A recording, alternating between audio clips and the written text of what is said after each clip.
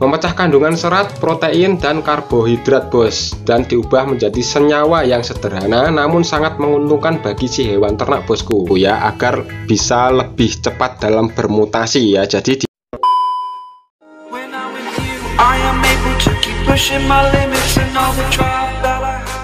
Hey see you bro, assalamualaikum warahmatullahi wabarakatuh. Come back with me.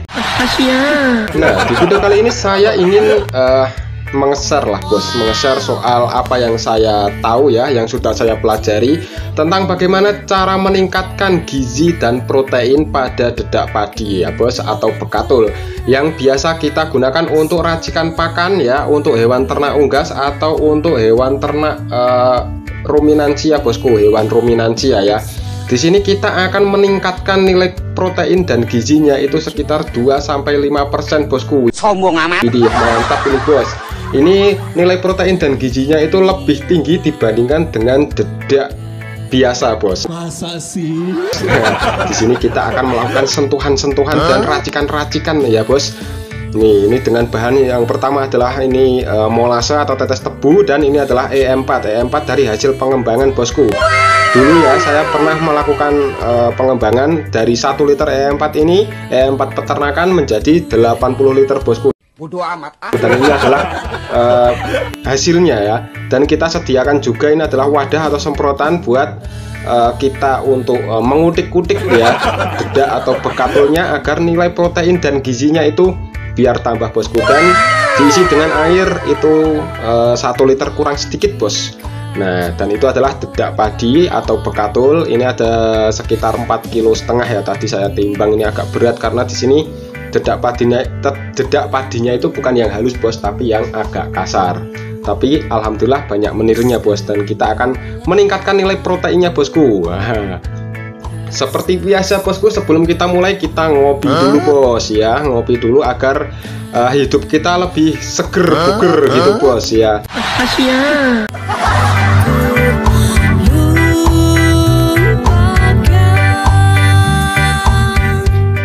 Nah oke, langkah pertama setelah wadah semprotan kita isi dengan air bersih ya, itu kurang lebih 1 literan, kita tambahkan di sini E4 bosku nih. Mahlali nih harus dikocok dulu bos, sebelum digunakan harus dikocok dulu ya, agar apa ya, intinya itu biar campur sih gitulah. Nah ini kita memakai beberapa tutup botol. Di sini saya menggunakan 2 tutup botol bosku, 2 tutup botol dari E4. Ini bukan E4 yang saya beli di pasaran bosku, tapi hasil dari pengembang biakan lah atau pengembangan. Nah ini terlalu wedding bro, nggak jadi 2 ini, 3 tutup botol karena di tempat saya alhamdulillah E4 nya masih banyak bos. Sombong amat. Stoknya itu kemarin saya meningkatkan lagi ya. Bodoh amat. Saya tambahkan lagi jadi 80 literan lagi bosku. Widih mantap itu cuy.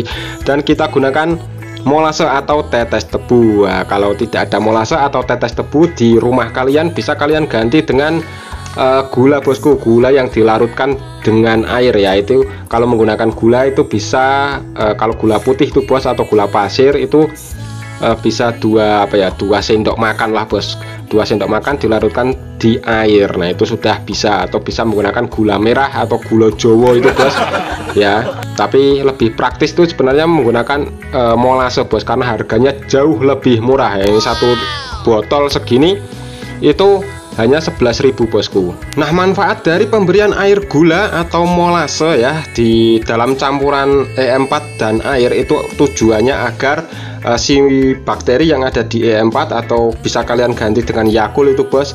Nah itu agar dia itu bangun dari tidurnya dan dia makan bosku ya, agar bisa lebih cepat dalam bermutasi ya. Jadi di wadah ini, di wadah semprotan ini, nanti bakteri dari E4 nya itu akan berkembang biak bos dengan cara bermutasi ya. Masa sih? Ini jadi kebun itu bos, bukan kebun airnya tapi kebun apa ya, atau penuh bakterinya gitu bos. Nah seperti itu ya, bukan terus kita tambahkan air gula nanti airnya jadi tambah dewe. Nah, itu sulapan itu namanya bos.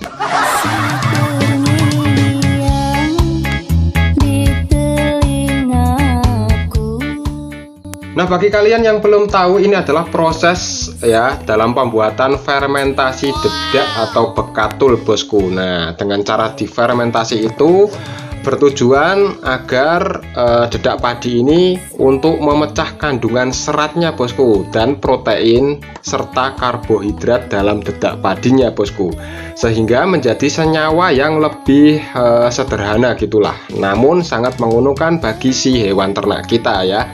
Nah, sebelum kita lanjut ya ke udah kita ngudut dulu bos. Ini udutnya kristal murahan gitu bos, karena tanggal tua itu ya, tanggal 6 ding, tanggal 6 ya, dompetnya malu-malu 6 bos. Bul enak cuy, murah-murah tapi sementing kemebul ya. Nah, untuk takaran air ya untuk dedak padi sekitar 4,5 kilo. Di sini saya menggunakan 1 liter air ya, air keseluruhan bos, air bersih, air molase, terus E4 juga, itu totalnya ada 1 literan bosku, dan kita semprot ya. Ini disemprot hingga rata bos, tapi diusahakan jangan sampai basah kuyup gitulah, intinya jangan sampai blenyak-blenyak gitu bos. Nah, ini kayak gini bos, yang penting itu terlihat basah, tapi jika dipegang itu tidak meneteskan air bos, jadi ora apa ya, enggak yang basah-basah banget gitulah bos. Nih kita semprot di seluruh ya bos, diusahakan sampai merata ini, karena ini akan sangat berguna dan mempengaruhi juga bos dalam proses atau pembuatan fermentasi dedak ini. Masa sih? Insya Allah nanti jika semprotannya atau penyemprotan seperti ini rata, itu maka si dedak padi langsung cepat dalam fermentasi atau pelunaan gitu bos ya, untuk memecah tadi yang saya katakan bos, memecah kandungan serat, protein, dan karbohidrat bos, dan diubah menjadi senyawa yang sederhana namun sangat menguntungkan bagi si hewan ternak bosku.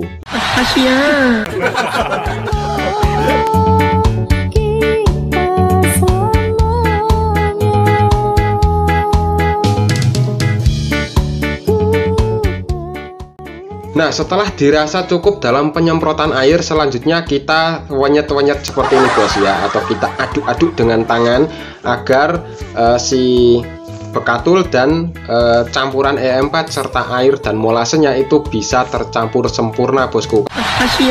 Karena penyampuran sempurna itu juga berpengaruh dalam proses pembuatan dari fermentasi dedak padi ini ya bos. Nih wis, sambil ngudut-ngudut juga nggak apa-apa ini cuy, karena lebih enak, lebih enjoy gitu ya. Mantap. Nah, ini kita wonyet-wonyet seperti ini terus sampai merata gitulah bos, jadi tidak ada yang basah dan aduh udah tiba cung payah. Nah, jadi seperti ini bos nih ya, ini terlihat basah, bisa kalian lihat sendiri dedak padinya itu terlihat basah, tapi jika kita pegang ya seperti ini itu tidak apa ya, tidak jelemek-jelemek bos, jadi mudeng rak kira-kira ini kalian ya. Mana gue tahu. Jadi seperti inilah intinya tuh. Kalau kita lihat itu dedak padinya basah bos, tapi jika kita pegang itu tidak ada air yang menetes alias tidak nempel-nempel lah intinya di tangan kita, seperti kita meracikkan pakan buat entok kita bos nih, seperti ini. Sebentar kita bencah-bencah yang kempel-kempel bos ya, agar lebih enak lah. Nah, ini seperti ini bos, kalau dipegang langsung hancur bos, tuh mudeng no. Tuh kalau cara saya seperti ini bos, tuh dikempel.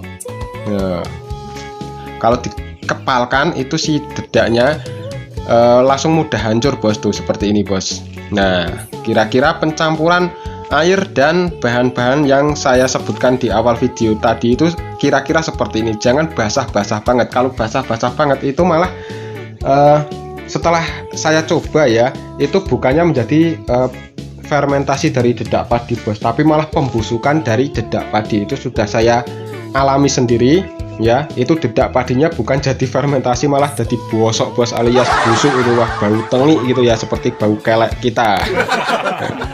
Nah, setelah dirasa sudah tercampur sempurna ya bos, selanjutnya kita masukkan dalam wadah ini, wadah ember, dan nanti kita tutup rapat dengan plastik bos, dan didiamkan selama 2-4 hari. Itu setelah melewati masa itu nanti sudah bisa kita gunakan. Nah, untuk penggunaan dari fermentasi dedak padi atau bekatul ini bagaimana mas? Mana gue tahu. Nah, dedak padi yang sudah kita fermentasi harus diangin-anginkan terlebih dahulu ya bosku, sebelum kita gunakan sebagai pakan ternak. Dedak padi dari hasil fermentasi juga dapat dikeringkan untuk disimpan dalam jangka waktu yang lama dengan cara diangin-anginkan. Wah, angin-anginkan saja bosku, jangan dijemur. Kalau dijemur nanti bakterinya atau mikrobanya malah mati bos. Nah, untuk daya tahan simpan bisa sampai berapa bulan bosku? Mana gue tahu. Tanpa bau tengik ya, dalam kondisi kering. Nah, di sini setelah saya mengalami uji coba itu bisa sampai 3 bulan bosku ya. Yakin itu 3 bulan itu dedak padinya itu tidak bau tengik atau tidak bau apek bos. Kenapa? Karena hal ini dikarenakan kandungan lemak pada si dedak padi atau katul sudah ditumbuhi bakteri dan dari hasil fermentasi bos, alias sudah terurai pada proses fermentasi yang sebelumnya kita lakukan, seperti itu bosku. Nah, untuk apa ini intinya, untuk tanda-tanda jika fermentasi dari dedak padi ini berhasil atau tidak seperti apa lah. Jika berhasil itu akan timbul, yang pertama itu akan timbul aroma wangi seperti bau tape ya, ciri khas dari fermentasi bos. Terus yang kedua agak menggumpal, yang ketiga terasa hangat seperti itu bos. Nah, ini adalah kandang aviari mini bos. Aviari mini ini, mini orang di duit nih bos, nih kandang burung murahan ya cuy.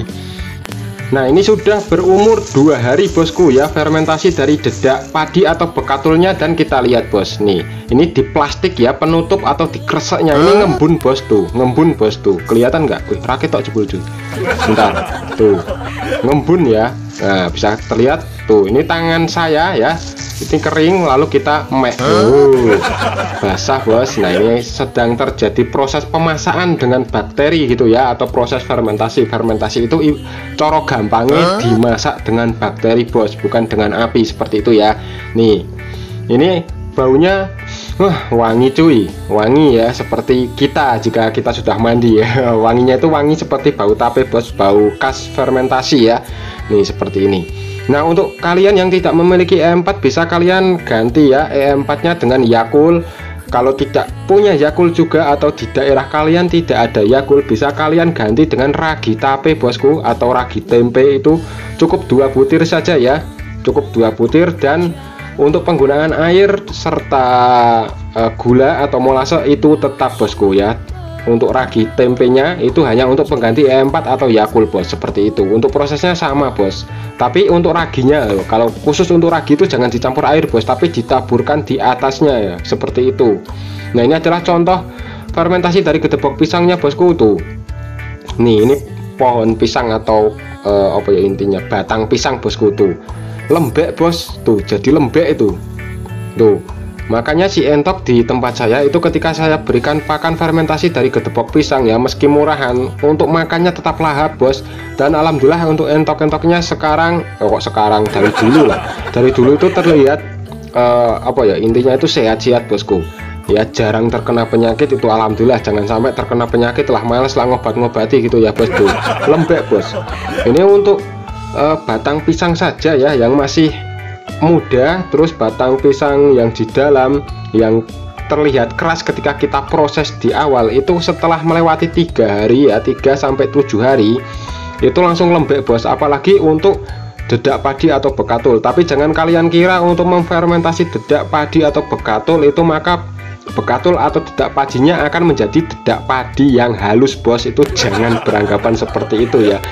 Yang penting itu dedak padinya nilai protein dan gizinya itu sudah bertambah lebih banyak daripada dedak padi biasa yang tidak kita fermentasi bosku, yaitu sekitar 2-5% bosku, lebih banyak dari dedak padi biasa. Wis mantap cuy, itu adalah pasukan saya bosku. Nah, dia sudah kenyang bos, ini siang hari tapi tidak kelaparan ya karena saya menggunakan fermentasi.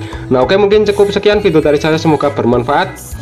Saya Ari, wassalamualaikum warahmatullahi wabarakatuh, salam pejuang ternak.